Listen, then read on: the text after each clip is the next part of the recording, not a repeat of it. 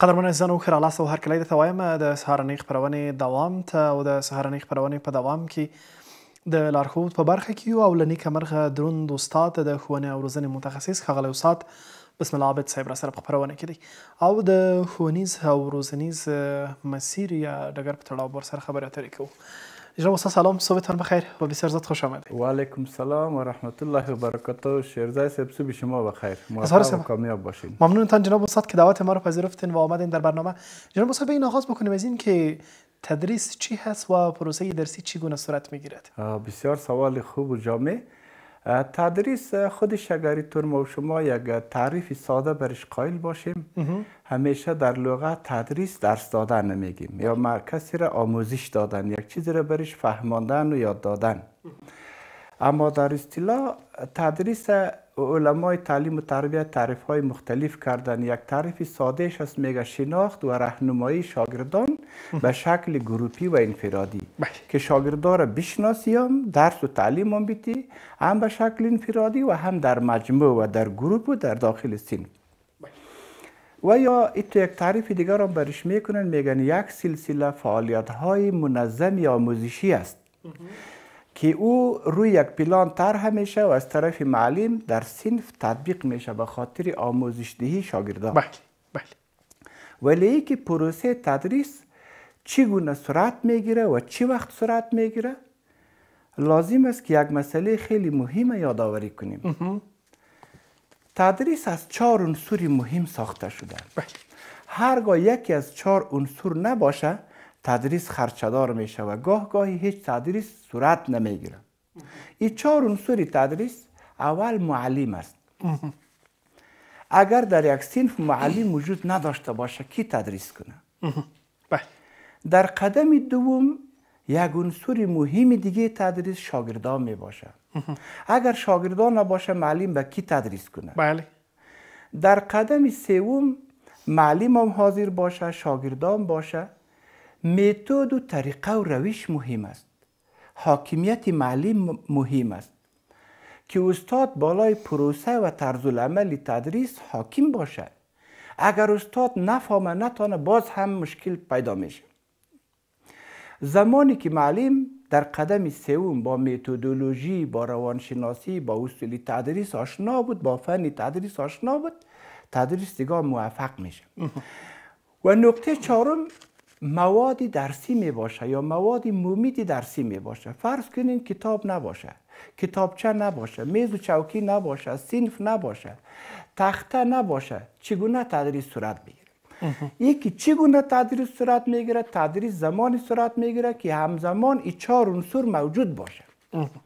این 4 عنصر که موجود شد، باز در روشنی از این نال تدریس صورت میگیره، معلم داخل صنف میشه و به شاگردای خود درس پیشکش میکنه. بله. جناب استاد ما پروسه درسی را مشتمل بر 4 عنصر گفتیم که کی تدریس بکنه، برای کی تدریس بکنه، چی را تدریس بکنه و چگونه باید تدریس بکنه. بله. حالا این پروسه را چی زمان ما پروسه موفق درسی گفته میتونیم یا در کل پروسه موفق درسی کدام پروسه هست؟ از همین سوال شما یک چیزی به ذهن ما آمد. ما یک چی داشتیم گاهی که به نام مثلث تربیتی به استادا درس میدادیم. بله. این مثلث تربیتی شامل 3 سوال بود. یکی چی، یکی چرا، یکی چطور. همین 3 سوال پس به گپ ما و خودت ربط میگیره. بله. چی درس میتیم؟ این چی مضمون است. انتخاب مضمون که چی را درس میتیم، به طور مثال زبان و ادبیات درس میتیم یا کیمیا درس میتیم. چرا درس میتیم؟ اهدافش روشن باشه. روی کدام اهدافی را تدریس میکنیم. چرا یک کسی با کیمیا علاقه داره؟ چرا یک کسی با ریاضی علاقه داره؟ اهدافش را درک کنه باید. و در قدم سوم که سوالش چطور می باشه، او امی متدولوژی و طریقه و روشش است که را چگونه پیشکش کنیم. حالا میایم سر نقطه اصلی سوالتان که امو ویژگی های یک تدریس موفق کدام ها می باشه. ما کدام تدریس موفق می دانیم، کدام تدریس بسیار پردستاورد می دانیم. در اینجا علمای تعلیم و تربیه نظرات مختلف دارن و اکثر علما و روانشناسا در 3 نقطه کلیدی با هم توافق کردن. میگن یک تدریس، اولا نقطه های موفقیتش تا حدی که من برای شما اشاره کردم، زمانی که 4 عنصر تدریس باشه، معلم ما مجرب باشه، امکانات موجود باشه، هم تدریس صورت میگیره. شاید تدریس یک کمکی بهبود پیدا بکنه، ولی ویژگی های از یکی است. اولین ویژگیش است که او تدریس موفق است که بعد از آموزش دیدن شاگردا اینمی درس به یاد داشته باشه میشه. هیچ وقت فراموش نکنه درس. اینمی تدریس موفق است. ببین معلم اینجا از چی استراتژی کار گرفته، از چی فن و شیوه و مهارت کار گرفته که اینمی شاگرد هیچ وقت درس فراموش نمیکنه. ما شما به خاطر داشته باشیم نه؟ حتی زمان طفولیت، زمان کودکی، بعضی درس هاست که تا وقت مرگ فراموش ما نمیشه. واقعیت است. اینمی رقم درس موفق میگن که برای همیشه به یاد داشته باشه، در وقتی که به او ضرورت میشه امو به یادش باشه. یک ویژگی مهم دیگه از این درس موفقه که علمای تعلیم و تربیه تذکر میتن، میگه درس موفق او است که شاگرد ای درس عمومیت داده بتانه. عمومیت به چی معنا؟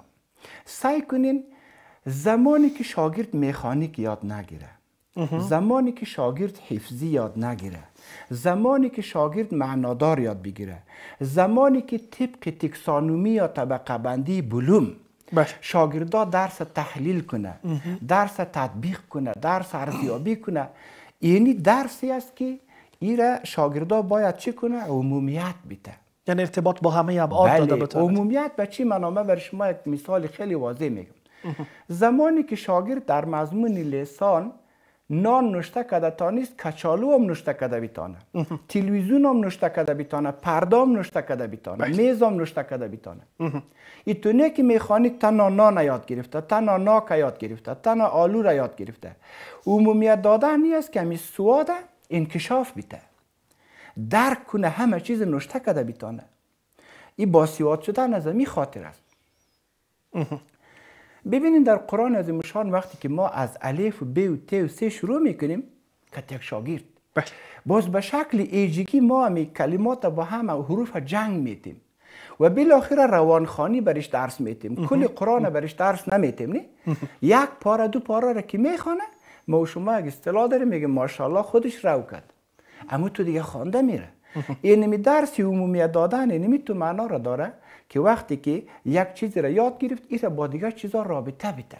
مثلا در ریاضی 2 جمع 2 وقتی که فهمید که 4 میشه، این را بفهمه که 4 جمع 4 هم 8 میشه، 8 جمع 9 هم 17 میشه، 3 جمع 5 هم 8 میشه. این است که عمومیت میده.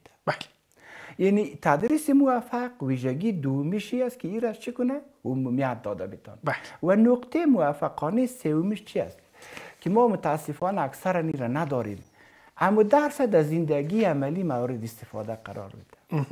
مثلا سعی کو در دینیات درس میخوانیم، مسائل اخلاقیات، دینش اسلامی، تربیه، این میره در زندگی چرا شاگرد عملی نمیکنه؟ ببینین با تاسف گاهی میبینیم که تعلیم شاگرد خیلی پیش است، ولی تربیه یک کمک ملاحظات خود داره. تعلیم و تربیه لازم و ملزوم یک دیگه خود است. تربیه نسبت به تعلیم به مراتب مقدم و بزرگ است. واقعیت.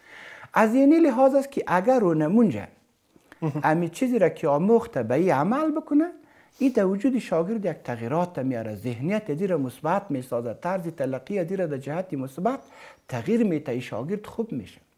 اگر در مکتب خوان اسرار دروغه، باید دیگه دروغ نگویه. اگر در مکتب خوان فواید علم، باید دیگه پشت علم جان بده. این نیست که اینمی تدریس ای چی کرده؟ به ای عمل کرده، به ای پابندی نشان داده. مثلا ریاضی میخوانه، در زندگی روزمره از این چی کنه؟ استفاده بکنه. یا مثل از دیگر مضامین. اینمی 3 نقطه از ویژگی های تدریس موفق به شمار میره. اینمی چی چیزا را که داشت این تدریس ما موفق گفته میتونیم. جناب استاد، ما قبل از اینکه پروسه درسی را آغاز بکنیم یک بحث به نام پلان درسی داریم که شما هم یادآوری کردیم. یک استاد چی گونه این موضوعات یا این موضوعات مد نظر بگیره یک پلان درسی را برای خود طرح بکنه که بتواند درسش هم در ذهن شاگرد باقی بماند، هم شاگرد بتواند عمومیت بده و هم بتواند عملی بسازد؟ بسیار فرموده شما بسیار بجا و خوب است. این همش ربط میگیره به موفقیت و کامیابی های خود استاد و معلم. شما باور کنید ساختن پلان کار آسان نیست. به شکل مکانیک نمیشه همیشه پلان یک نواخت جور کرد. پلان نظر به هدف درس، نظر به موضوع درس، نظر به توانایی شاگردا و نظر به امکاناتی که داریم، نظر به وقتی که داریم، نظر به تعداد شاگردایی که داریم، خیلی چیزا در پلان در نظر گرفته میشه. وقتی که ما پلان میسازیم اینمی مسائلی را که خودت من حیث یک استاد مسلکی الحمدلله درک میکنی، هر کسی درک نداره. اینمی مسائل اول در هدف استاد میگنجاند در پلان خود که باید اینمی چیزا را ما در ختم درس به دست بیارم.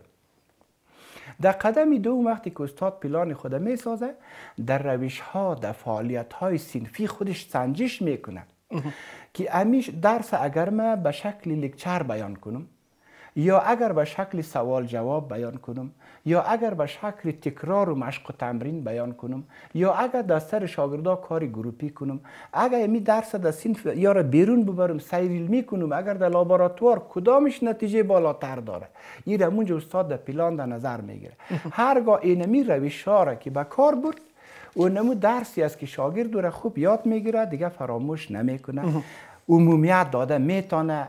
مسائل عمومیت دادن در خلال درس هم به تجارب استاد نیاز داره که استاد در خلال درس شاگردا را خوب سرشان خلاص کنه. همونجا نمونه ها و مثال ها را برشان کار کنه، بالایشان پرکتیس کنه که او درس عمومیت دادنش یاد بگیرن. مسئله سوم که به این پابند باشند، به این عمل بکنن، ارتباط میگیره به ذهنیت دادن شاگرد، ارتباط میگیره به طرز تلقی دادن شاگرد که شاگرد چطور ذهنیت بیتی. به گونه مثال در کتابای انستیتوی وزارت معارف در گذشته ها بود. بله. یک معلم در صنف شاگردا را ترحم بر حیوانات درس میده. ترحم بر حیوانات درس میده، زنگ ششم نواخته میشه، صنف رخصت میشه، شاگردا میرن بیرون. شاگردا در کوچه طرف خانه خود روان هستند، استاد از پشت پیششان میره. میبینه که شاگردای ما یک پیشک لنگ گیر کرده، پایش لنگ است، گشته نمیتونه، پیشک کتی لگت میزنه، نزی حز میبرن، خوش میشن، خنده میکن.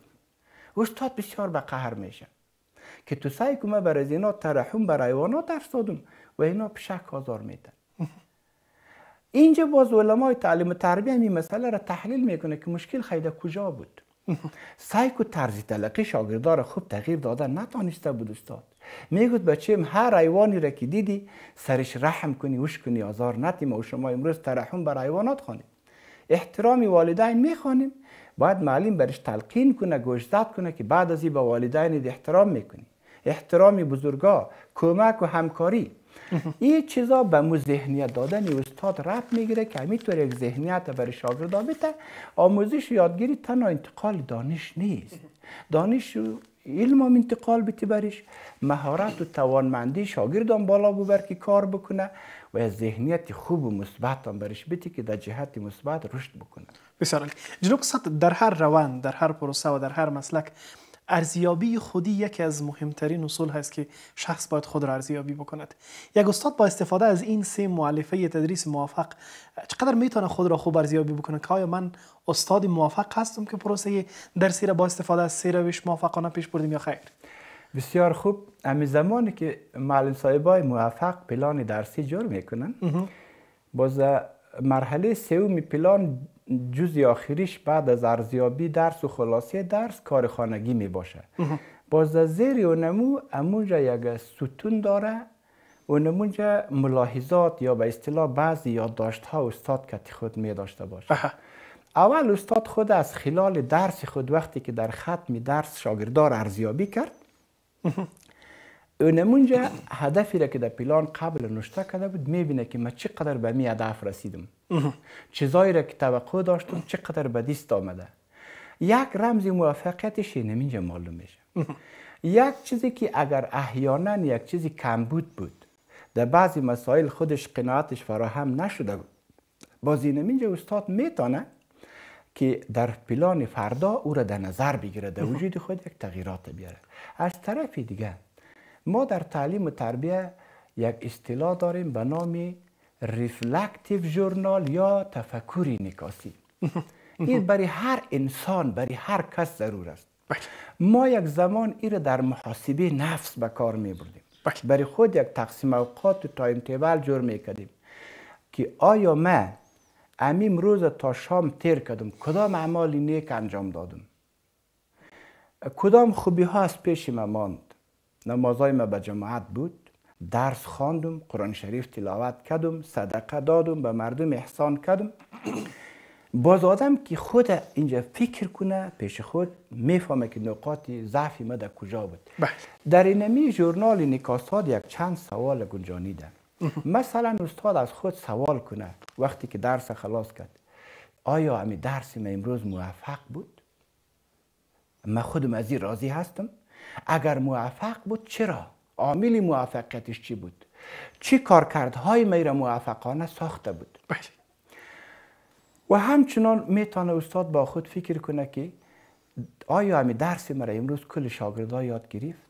اگر نگرفته علت کجا بود؟ مثلا میتونه استاد از خود سوال بکنه که من در درس من امروز مشکلات چی ها بود؟ امور میتونه بیرون نویس کنه، راه های حلش چی است؟ چی کنم که در آینده تدریسی مزی کرده هم موفق تر شوه؟ این است که انسان خودش یک موجود متفکر است. اگر همینطور جستجو کنه، تپ و تلاش کنه، استاد به مسئله عشق و علاقه داشته باشه، انشالله به جای میرسه. اظهار سپاس جناب استاد، ممنونتان و ممنون از هموطنان عزیز. دوستان عزیز، این بود برنامه امروزی ما که تقدیم حضور شما شد. تا برنامه بعدی شما را به خداوند پاک لایزال و مهربان می‌سپارم. روزتان خوش و ورځ مو له خوښۍ او نیکمرغیو څخه ډکه.